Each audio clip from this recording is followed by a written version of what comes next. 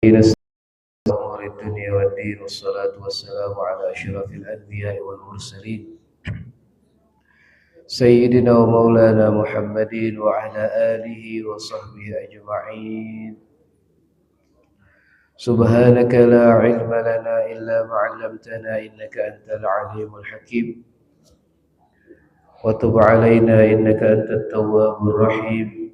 اغفر لنا وارحمنا وأنت خير الراحمين وانصرنا على القوم الكافرين. رب اشرح لي صدري ويسر لي أمري واحلل عقدة من لساني يفقه قولي واهدي قلبي وسدد لساني بجاه النبي والآل وصحبه. اللهم ارزقنا فهم النبيين وحفظ المرسلين وإلهام الملائكة المقربين يا رب العالمين ويا أرحم الراحمين. أما بعد، الحمد لله رب العالمين. الحمد لله الذي أحيانا بعدما أماتنا وإليه النشور. Segala puji syukur kita kepada Allah Subhanahu wa taala atas segala limpahan karunia nikmat dari Allah, terutama nikmat iman, Islam, nikmat taufik hidayah, nikmat sehat afiah. Nikmat kita masih diizinkan oleh Allah Subhanahu wa taala duduk bersama-sama di rumah Allah di Masjid Nadhirul Iman setelah menunaikan kewajiban kita kepada Allah salat subuh berjamaah. Kemudian kita lanjutkan dengan duduk di dalam majelis ilmu. Mudah-mudahan apa yang kita lakukan pada saat ini mendapatkan keridhaan daripada Allah Subhanahu wa taala, menjadi penyebab dosa kita diampuni oleh Allah, hajat kita dikabulkan oleh Allah, doa kita diijabah oleh Allah, umur kita dipanjangkan oleh Allah di dalam ketaatan kepada Allah dan Rasulnya, dan insya Allah ditutup umur kita semua dalam keadaan husnul khatimah. Amin ya rabbal alamin. Salawat beriringan dengan salam tak lupa kita hadiahkan kepada baginda Rasulullah sallallahu alaihi wasallam. Allahumma salli ala Sayyidina Muhammad wa ala ali Sayyidina Muhammad. Mudah-mudahan berkat salawat dan salam yang selalu kita sampaikan kepada beliau, insya Allah kita semua kelak di hari kiamat akan mendapatkan syafaat daripada Nabi kita Muhammad sallallahu alaihi wasallam. Amin ya rabbal alamin. Bapak Ibu hadirin hadirat jemaah salat subuh Masjid Nadhirul Iman dan jemaah majelis ta'lim yang dimuliakan oleh Allah, alhamdulillah. Kembali bersama-sama kita melanjutkan pengajian kita. Pada kesempatan kali ini berhubung kita akan memasuki bulan suci Ramadan, maka mari sama-sama kita mengulang sedikit pembahasan ataupun materi seputaran hukum-hukum berpuasa ataupun syarat dan kesunahan di dalam berpuasa di bulan Ramadan. Bapak Ibu yang dimuliakan oleh Allah,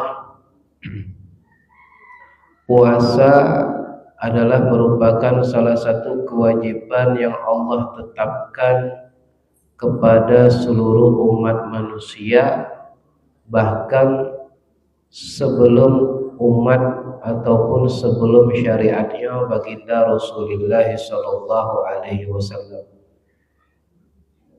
Sebelum Rasulullah sallallahu alaihi wasallam, bahkan di nabi-nabi terdahulu itu Allah sudah menetapkan dan mewajibkan ibadah puasa.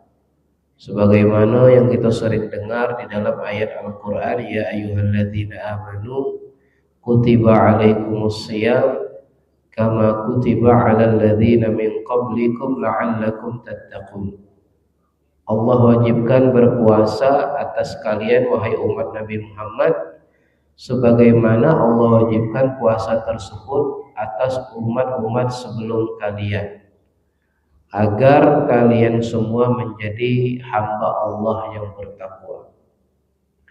Sekarang yang menjadi pertanyaan Bapak Ibu, apakah sama puasa umat terdahulu dengan umatnya Nabi Muhammad SAW? Para ulama menjelaskan umat-umat terdahulu itu puasanya adalah puasa an kulli dhi ruhin, puasa daripada untuk tidak makan sesuatu yang bernyawa. Seperti apa yang bernyawa? Daging, ikan,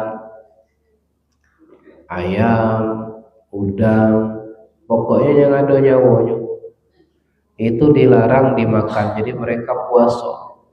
Jadi makan apa? Makan roti, makan buah, tahu, tempe kalau ada. Tapi rasanya tak katik yang menurut tahu sama tempe. Itu puasa orang terdahulu sebelum umat Nabi Muhammad SAW.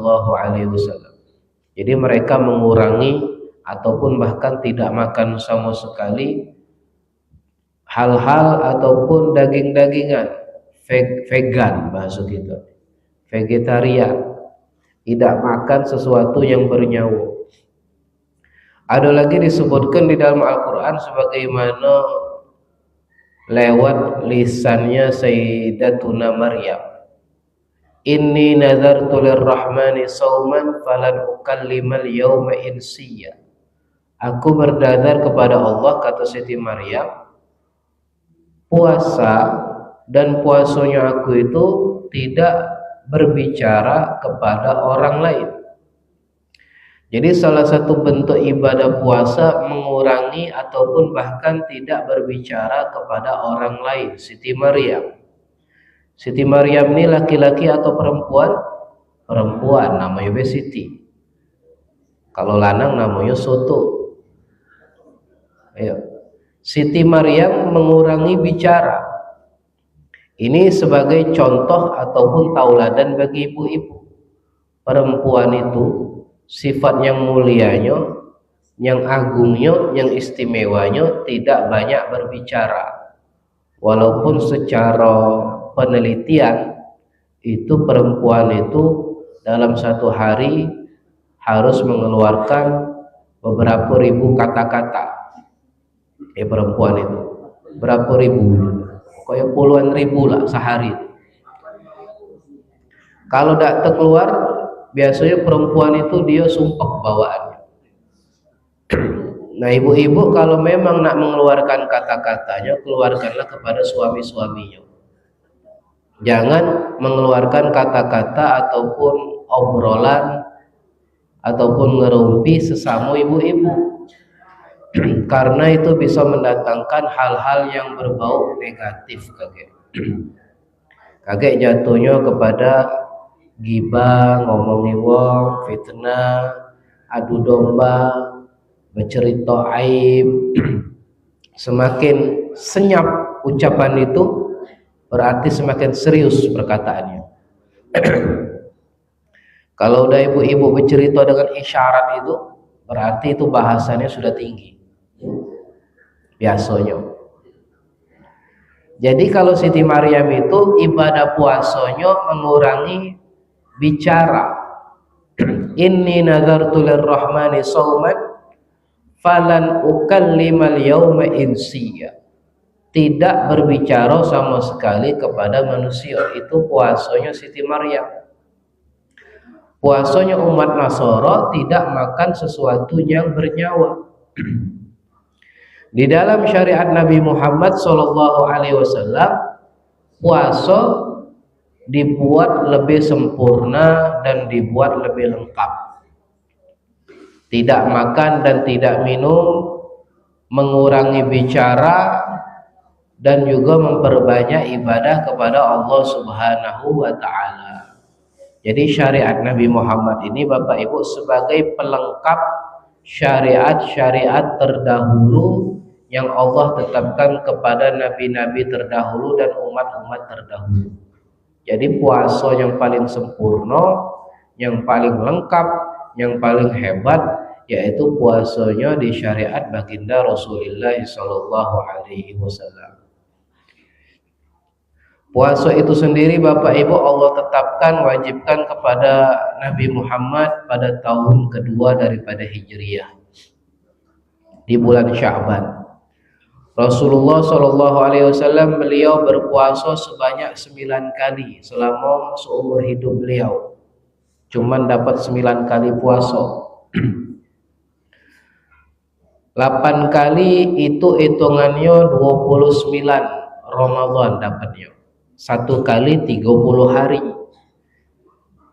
Nah kita Bapak Ibu alhamdulillah, mudah-mudahan tahun ini juga Allah pertemukan dengan bulan suci Ramadan. Nabi Muhammad itu beliau cuma ketemu 9 kali.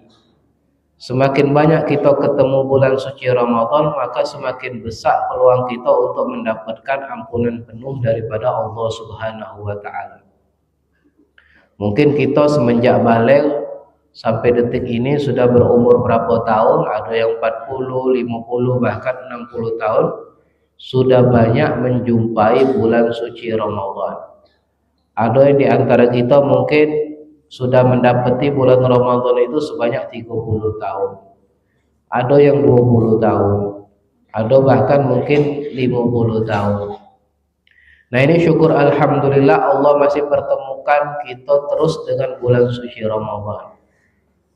Yang perlu diketahui Bapak Ibu yang dimuliakan oleh Allah, ketika Allah mempertemukan kita dengan bulan suci Ramadan, maka itu pertanda Allah masih membukakan pintu ampunan untuk kita galo-galo. Terkadang ada orang Bapak Ibu sehat walafiat, tapi sudah ketika dekat masuk bulan suci Ramadan Allah panggil dia, Allah wafatkan dia. Itu pertanda Allah belum memberikan ampunan kepadanya. Jadi kita banyak-banyak syukur kepada Allah kalau kita masih diberikan peluang untuk ketemu dengan bulan suci Ramadan. Kita sambut dengan bahagia, kita sambut dengan kesenangan, kita sambut dengan sukarela, kita sambut dengan ibadah kepada Allah Subhanahu wa taala. Jangan pernah mengeluh sedikit pun. Tidak terasa tiba-tiba lah Ramadan lagi, mendingan pala aku nak ngurus puasa pula, nak ngurus baju lebaran, nak ngurus buka-bukaan. Puasa datang pala yo bening. Nah ini bagi orang-orang yang imannya bermasalah kepada Allah Subhanahu wa taala. Justru puasa dia harus senang karena duit belanja berkurang. Keluarga sudah tidak makan siang lagi, tidak sarapan. Paling buka puasa dulu. Sedikit agak berkurang, walaupun ada sebagian kita yang melebihkan daripada nafkah keluarganya di bulan suci Ramadan. Tapi intinya Bapak Ibu, kita harus berbahagia dengan kedatangan bulan suci Ramadan. Mungkin kurang lebih sebulan setengah lagi kita bakal masuk bulan suci Ramadan. Maka sebelum itu kita sambut, kita persiapkan diri kita zahiran wa batinan, luar dan dalam, untuk datangnya bulan suci Ramadan, bulan yang paling mulia di sisi Allah Subhanahu wa taala. Nabi Muhammad ketemu Ramadan sebanyak 9 kali. 29 ganjil, 29 8 kali, 1 kali 30 hari Nabi Muhammad ketemu bulan Ramadan. Kemudian Bapak Ibu yang dimuliakan oleh Allah, adapun penamaan bulan Ramadan, kenapa sih namanya Ramadan? Kata para ulama, ketika penamaan bulan, ketika orang-orang Arab sedang menamakan bulan, itu bertepatan dengan musim panas. Bulan Ramadan itu bertepatan dengan musim panas. Kalau di Arab Saudi, di Timur Tengah, itu pas masuk bulan Sya'ban, bulan Ramadan, itu panasnya bukan main. Panas ya. Kalau kita di Indonesia ini ya mungkin cuacanya kadang panas, kadang hujan. Tapi puasa ketika musim panas itu Bapak Ibu pahalanya lebih besar, ujiannya lebih hebat ketika kita puasa di musim dingin. Kalau puasa di musim dingin ya biasa-biasa be. Kadang tidak ngerasa haus, tidak ngerasa lapar. Apalagi kalau kita puasa seharian di kamar, baik ngedem pakai AC. Nah itu kurang manfaat, istilahnya kurang afdol. Justru kita puasa itu harus beraktivitas, bergerak, panas-panasan. Semakin terbakar kita punya tubuh, semakin banyak juga terbakar kita punya dosa. Karena Ramadan itu salah satunya selain panas, sifatnya itu yarmidul dzunub, membakar kita punya dosa. Cak mano kita punya dosa nggak dibakar kalau kita ngadem di dalam kamar pakai AC. Nah, itu kurang bagus Bapak Ibu. Jadi keluar beraktivitas tidak apa-apa. Semakin panas hari semakin bagus. Kalau di daerah Timur Tengah itu panasnya bukan main kalau bulan Ramadan itu. Panasnya itu bukan cak panas kita. Panas mereka itu panas kering. Kita panas di sana itu tidak berkeringat. Tapi panasnya itu kering seperti uap. Ibarat kita lagi di oven cak itu. Kalau ibu-ibu biasa galak buat kue oven, nah panasnya cak itu. Dia panasnya uap. Panasnya. Tapi tidak sampai membuat kita itu berkeringat. Nah itu di daerah Timur Tengah sana termasuklah di kota Mekah ataupun Madinah. Makanya dinamakanlah Ramadan karena panas dan juga karena membakar dosa-dosa kita. Jadi jangan kita puasa itu ngedem bae di kamar ber-AC. Minimal kita keluar kamar jadilah. Jangan pulang di kamar bae ngadem. Istilahnya jangan ngadem di bulan suci Ramadan, tetap beraktivitas. Jangan jadikan alasan puasa itu untuk kita tidak beraktivitas di siang hari di bulan suci Ramadan. Bapak Ibu yang dimuliakan oleh Allah, ada beberapa keutamaan tentang puasa di bulan suci Ramadan. Banyak sekali keutamaannya. Salah satunya firman Allah, was-saimina was-saimat wal hafizina furujahum wal hafizat wadz-dzakirina Allah katsiran wadz-dzakirat a'addallahu lahum maghfiratan wa ajran 'azima. A'addallahu lahum maghfiratan wa ajran 'azima. Allah siapkan bagi mereka orang yang puasa daripada golongan laki-laki ataupun perempuan ampunan dan pahala yang sangat besar. Sudah Allah siapkan bagi orang yang berpuasa. Jadi pahalanya cuman Allah Ta'ala yang tahu. Seluruh ibadah itu dilipat gandakan dari 10 sampai 700 ibadah kita nih Bapak Ibu. Dilipat gandakan oleh Allah mulai daripada 10 kali lipat sampai 700 kali lipat. Tergantung bagaimana kita beribadah kepada Allah. Semakin bagus, semakin banyak perkelipatannya. Nah, puasa itu tidak ada perkelipatannya. Yang tahu perkelipatannya, pahalanya cuman Allah Subhanahu wa Ta'ala. Karena puasa itu langsung Allah Ta'ala yang membalasnya. Tidak ada yang tahu bagaimana ganjaran puasa sedetail mungkin kecuali Allah Ta'ala. Jadi pahala itu misteri Bapak Ibu. Puasa itu misteri pahalanya. Yang tahu cuma Allah Subhanahu wa Ta'ala, yang membalasnya cuma Allah Subhanahu wa Ta'ala. Di dalam hadis disebutkan lis-shaim farhatan. Bagi orang yang berpuasa itu ada 2 kebahagiaan. Kapan kira-kira orang puasa itu bahagia senang? Yang pertama, idza aftara fariha. Orang yang puasa itu ketika dia buka puasa dia senang, pasti senang. Kita yang puasa seharian tidak makan, tidak minum, kadang azan zuhur dikira azan maghrib, kadang azan asar dikira azan maghrib, saking nunggunya azan tadi. Ketika sudah betul-betul azan maghrib, Allahu Akbar, Allahu Akbar, alhamdulillah, senang bukan main. Apalagi di depan meja itu sudah lengkap menu-menunya. Ada minuman-minuman dingin, ada minuman panas, ada makanan yang bernyawa, ada juga makanan yang tidak bernyawa. Pokoknya disantap galo-galo. senang. Kesenangan seseorang yang berpuasa di dunia ketika dia berbuka puasa, belum kaget kumpul-kumpulnya, ketemu dengan sanak famili, keluarga, teman dekat, sambil bercerita, sambil reunian, bahasa kita ini kumpul-kumpul, senang. Lama tak ketemu, saling pandang, silaturahim, salam-salaman. Pokoknya wong yang buka puasa itu senang. Senang. Itu kesenangan mereka di dunia, Bapak Ibu. Tapi ada kesenangan yang lain yang Allah siapkan. Kapan? Wa idza laqiyallaha fariha bisawmi. Kemudian kesenangan yang kedua bagi orang yang berpuasa ketika berjumpa dengan Allah dengan membawa ibadah puasa.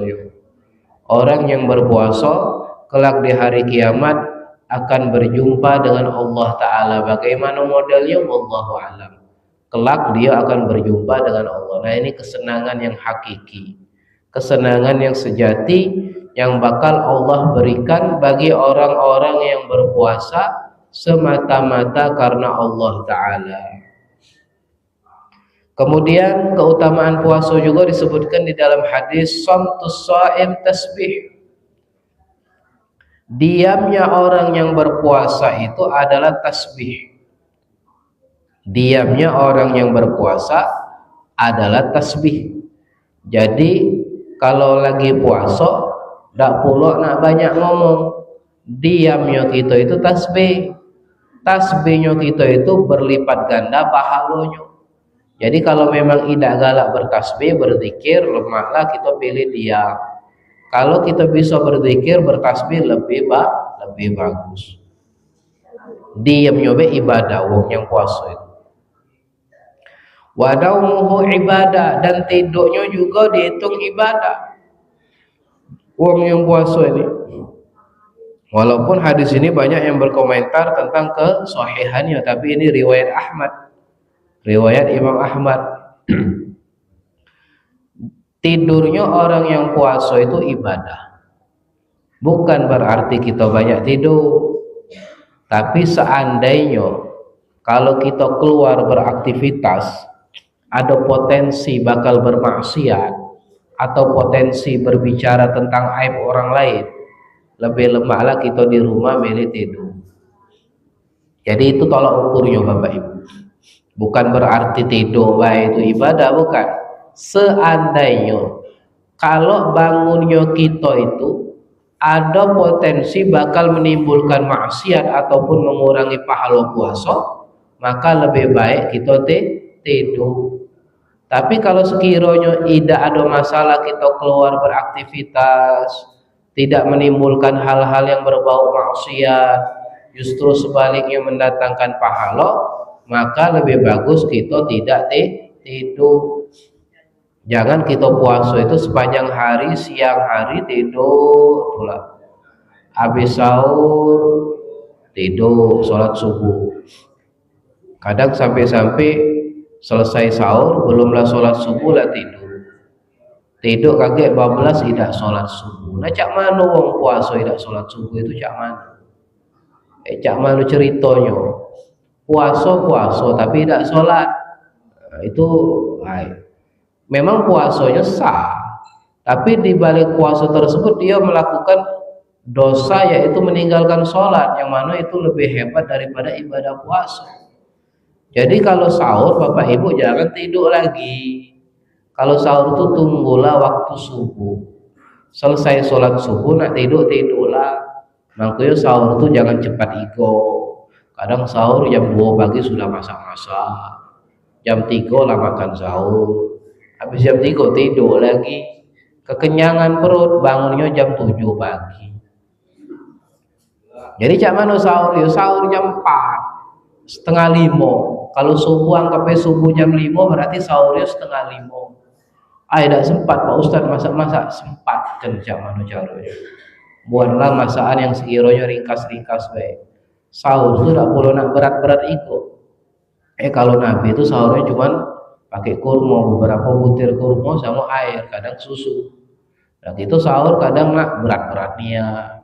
nak nasinya harus pokoknya sahur itu makan nasi. Nah, itu pikiran kita sebetulnya. Coba kita praktekkan Bapak Ibu sahur cuman pakai kurma coba. Sesekali kaget dites. Sahur pakai kurma. Jangan pakai nasi. Kurma. 7 butir 7 butir kurma. Jangan sekilo, hitungannya lah cak nasi kalau sekilo makan kurma. 7 butir kurma dites sahur sesekali. Cak mana efek di dalam badan. 7 butir kurma sama air.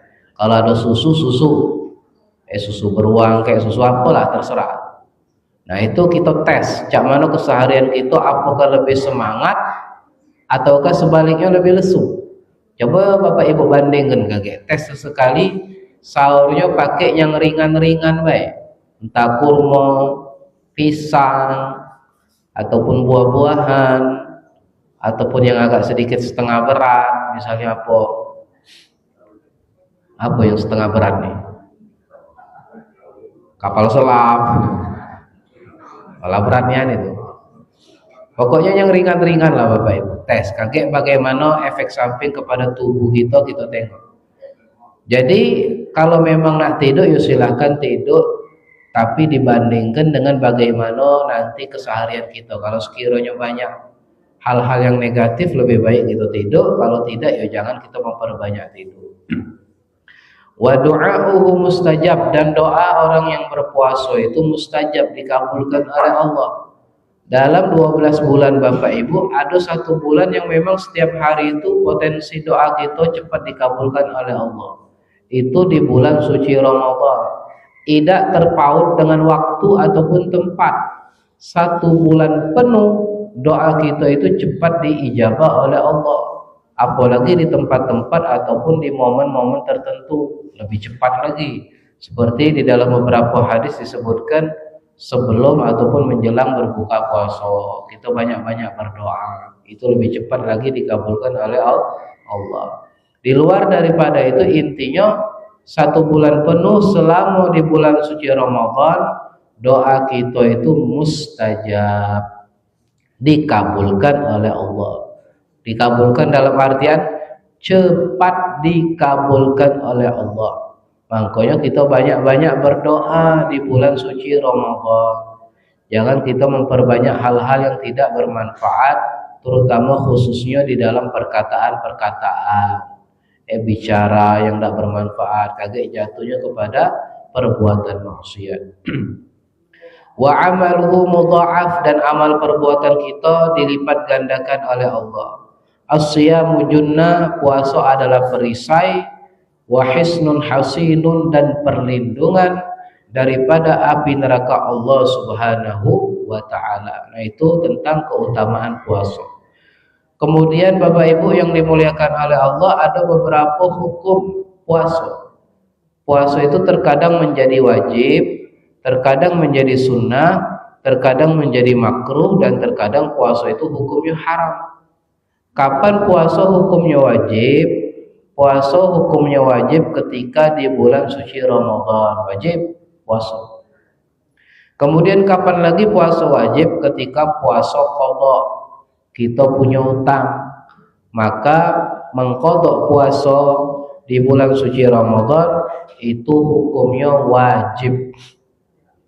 Kemudian kapan lagi puasa wajib? Yaitu puasa wajib puasa kafarah, ketika kita melakukan hubungan suami istri di siang hari bulan suci Ramadan, maka itu diwajibkan dia puasa kafarah 2 bulan berturut-turut puasanya, wajib hukumnya. Makanya jangan main-main kakek pas puasa di siang hari bulan suci Ramadan. Jangan terlalu dekat-dekat iko dengan wong rumah, bahaya kaget timbul perasaan keinginan untuk berhubungan, lalu jatuhlah kena kafarah. Memang dia berurutan, tidak langsung puasa. Urutan yang pertama yaitu membebaskan budak. Urutan yang kedua memberikan 60 orang miskin makanan. Urutan yang ketiga baru puasa 2 bulan berturut-turut. Ya pilih di antara urutan itu yang mana yang kita bisa. Yang jelas budak ya udah baca lagi, udah katik perbudakan sekarang. Paling ada dua opsi lagi, yaitu memberikan makan 60 orang miskin ataupun puasa 2 bulan berturut-turut. Nah, itu hukuman bagi orang yang berhubungan suami istri di siang hari bulan suci Ramadan. Maka puasa 2 bulan itu hukumnya wajib. Kemudian puasa wajib juga adalah puasa nazar. Kalau kita bernazar, Bapak Ibu pengen puasa, misalnya dia berniat, aku bernazar kalau disembuhkan daripada penyakit, aku nak puasa Senin Kamis selama 1 bulan. Nah, itu puasa itu menjadi puasa wajib. Kalau dia tinggalkan berdosa, tidak boleh. Kemudian kapan puasa menjadi wajib? Ketika diperintahkan oleh wali hakim. Kalau kita sekarang ini wali kota mungkin ya. Kalau wali kota sudah merintahkan seluruh warga kota Lubuk Linggau besok wajib berpuasa, misalkan. Karena kita nak melaksanakan sholat istisqa. Sholat istisqa itu sholat minta hujan. Sebelum sholat dianjurkan memperbanyak ibadah puasa. Kalau ada perintah turun langsung daripada pimpinan tertinggi di sebuah daerah untuk kita berpuasa, maka seluruh warga kota Lubuk Linggau wajib hukumnya berpuasa. Kalau sudah ada perintah daripada wali hakim, karena nak melaksanakan sholat istisqa. Jadi itu beberapa puasa-puasa yang hukumnya wajib. Puasa Ramadan, puasa qadha, puasa kafarah, puasa perintah daripada hakim, dan puasa nazar. Wallahu a'lam bishawab. Sampai sini dulu Bapak Ibu. Kagak kita bahas lagi beberapa hukum puasa seperti puasa sunnah, puasa makruh, dan puasa haram. Subhanakallahumma wa bihamdika asyhadu an la ilaha illa anta astaghfiruka wa atubu ilaik. Wa sallallahu ala sayyidina Muhammadin nabiyil ummi wa alihi wasallam. Walhamdulillahi rabbil alamin. Wassalamualaikum warahmatullahi taala wabarakatuh.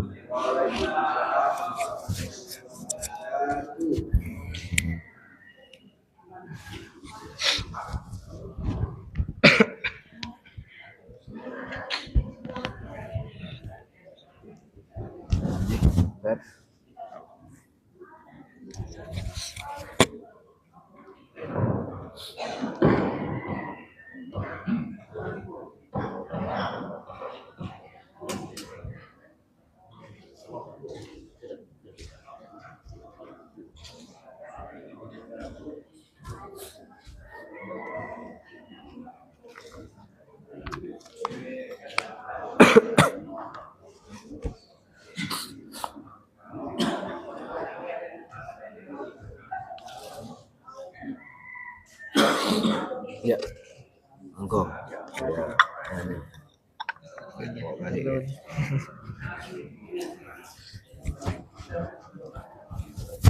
Makan teman-teman.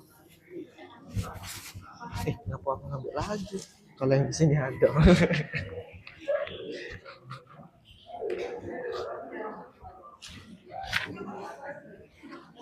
Sundi, koncone gak enak ya. Iya.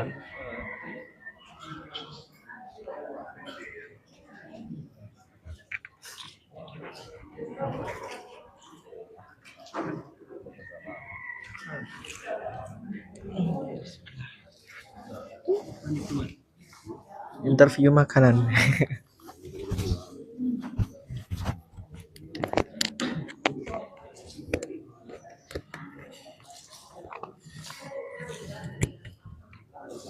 Bismillah.